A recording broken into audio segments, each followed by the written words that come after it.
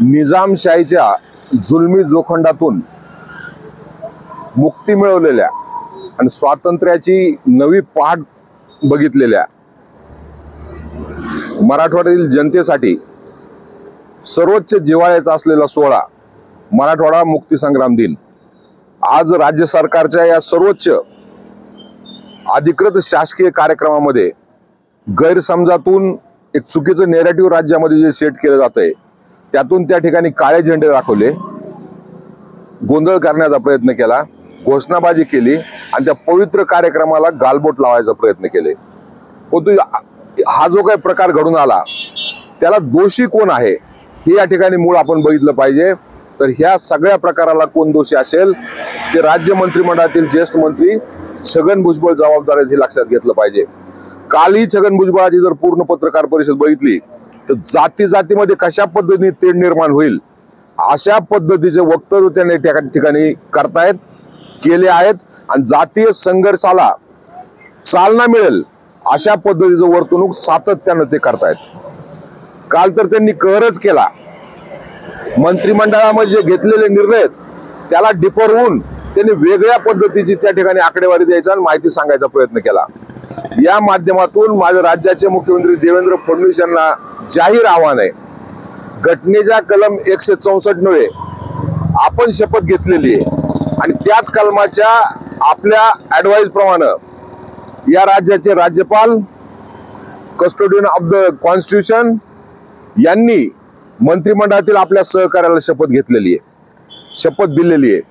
आज राज्याचं वातावरण अतिशय ज्वालामुखीच्या स्फोटासारखं झालेलं आहे आणि त्याला आपल्या मंत्रिमंडळातील एक मंत्री ज्येष्ठ मंत्री छगन भुजबळ हे प्रामुख्याने जबाबदार आहेत।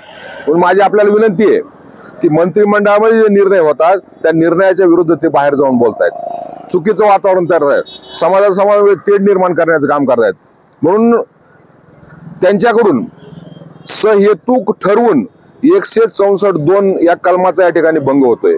म्हणून माझी आपल्याला विनंती आहे 164 खाली जो राज्यपालाला आपण ऍडवाइस दिला होता आणि त्यांना मंत्रिमंडळात घेतलं होतं तो आपण परत घ्यावा आणि छगन भुजबळ यांना राज्यपालांनी मंत्रिमंडळातून तातडीने काढावं यासाठी आपण राज्यपालाला पत्र द्यावं अशी मी आपल्याला जाहीर विनंती या ठिकाणी करतोय। दुसरी एक विनंती आपल्याला करतोय की ओबीसी आरक्षण समिती तातडीने आपण या ठिकाणी भंग केली पाहिजे। ओबीसी आरक्षण समितीचे अध्यक्ष असतील, सदस्य असतील, हे जातीय तेढ निर्माण करण्याचं काम करतायत, म्हणून आपण ती भंग केली पाहिजे। त्याचबरोबर राज्याच्या हितासाठी मराठा समाजाला प्रोटेक्शन देण्यासाठी काहीही उपयोगाची नसलेली राधाकृष्ण विखे पाटील यांच्या अध्यक्षतेखाली असलेली मराठा आरक्षण विषयक मंत्रिमंडळाची उपसमिती सुद्धा आपण बरखास्त केली पाहिजे। दोन्ही समित्या, मराठा समिती असेल किंवा ओबीसी समिती असेल, ह्या समाजाला त्यांचा काही उपयोग होत नाही पण तेढ निर्माण करण्याचं काम करतात।